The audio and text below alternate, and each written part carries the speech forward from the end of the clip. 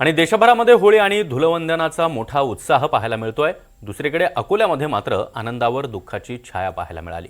दरवर्षीप्रमाणे शहरामध्ये रंगांची उधळण सुरू असली तरी राष्ट्रवादीच्या अनेकांनी अगदी साधेपणाने सण साजरा करण्याचा निर्णय घेतलाय।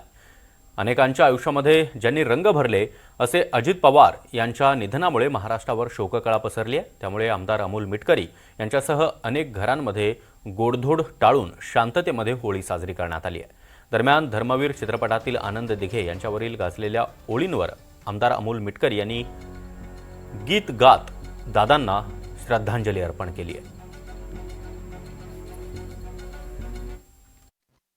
नाराज नशीब घेऊन एखादा जन्माला आलेला कुणी, पडली नजर तुझी त्याच्यावर अखंड राहिला ऋणी।